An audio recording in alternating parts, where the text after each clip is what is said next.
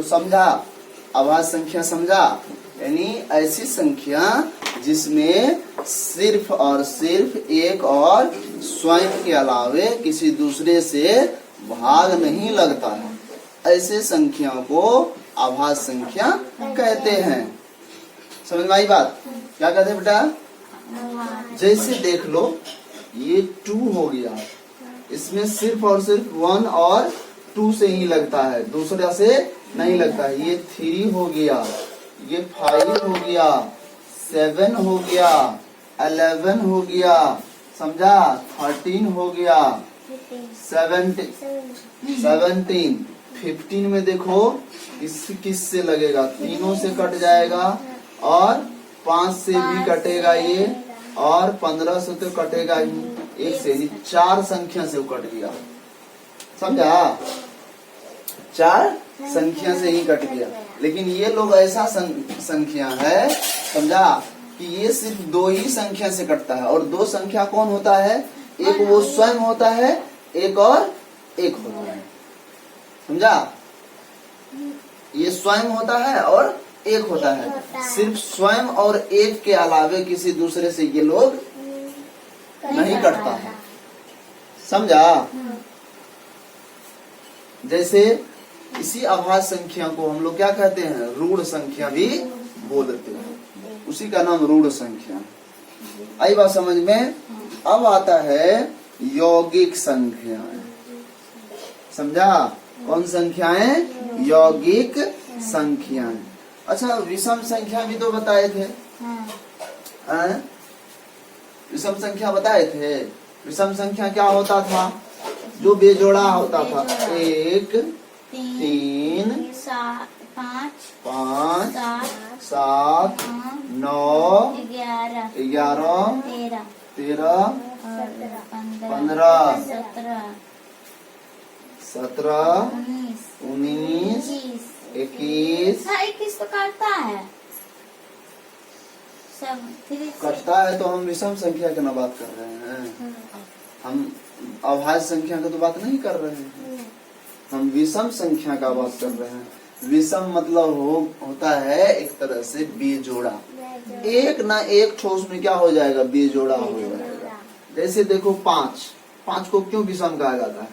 5 ठो एप्पल है, ये 2 ठो एप्पल एक साथ हो गया, ये दोनों देखो जोड़ा लग गया, ये बेचारा अकेले रह गया, लग गया ना, इसका मतलब ये 5 क्या हो गया? विषम संख्या हो गया, यानी 2 ठो का तो जोड़ा है, 1 ठो का है ही नहीं, ये क्या हो गया? विषम संख्या हो गया, इसीलिए इसको विषम कहा गया। विषम, सम मतलब होता है जोड़ा, और वी मतलब नहीं, यानी जो जोड़ा नहीं हो,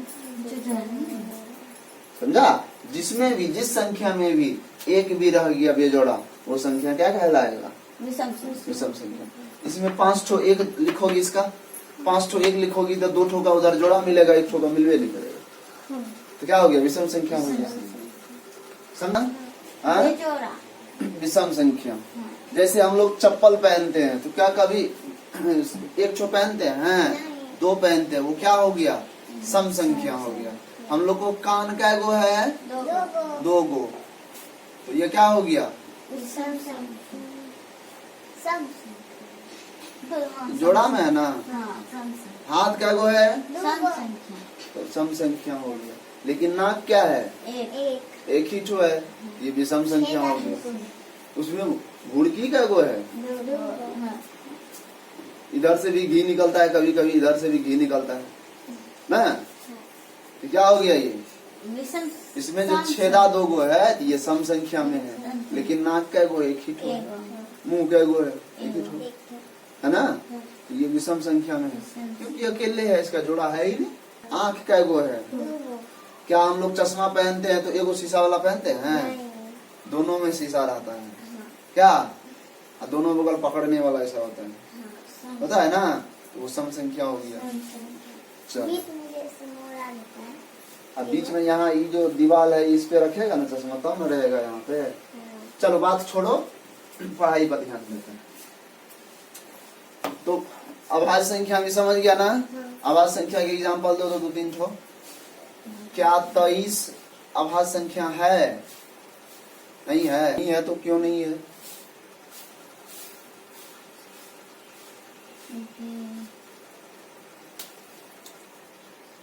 तो इस आभास संख्या है? नहीं। कैसे नहीं है? एक से खुद से करता एक से और खुद से कटता है तो वो क्या होता है? आभास संख्या नहीं होता है।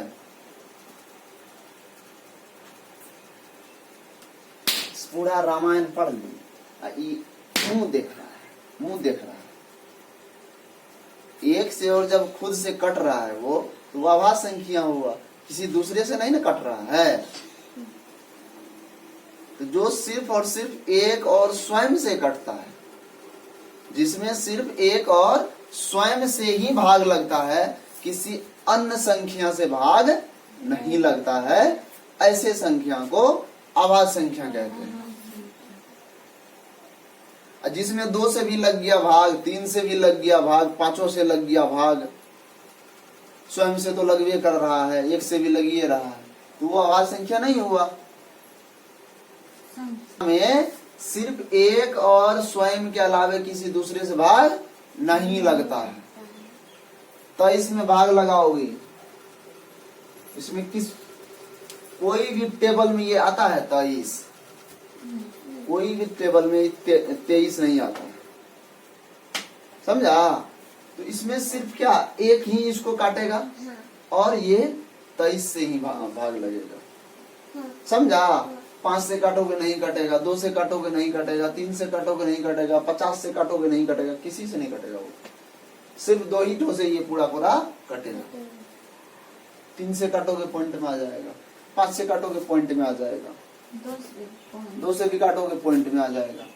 तो पॉइंट में हमको थोड़ी लाना है। कटने का मतलब, भाग देने का मतलब हो गया कि वो पॉइंट में नहीं आए, दशमलव में नहीं आना चाहिए, पूरा पूरा कट जाना चाहिए। जैसे 5 में 2 से 10 में 2 से भाग दो तो 5 आएगा, लेकिन 5 में 2 से भाग दो तो 2.5 आएगा। ये भाग क्या हुआ? पूरा पूरा नहीं कटा, दशमलव में आ गया। तो 23 क्या है? आभास संख्या है। अब बोलो 25 क्या होगा? 25 सम संख्या। सम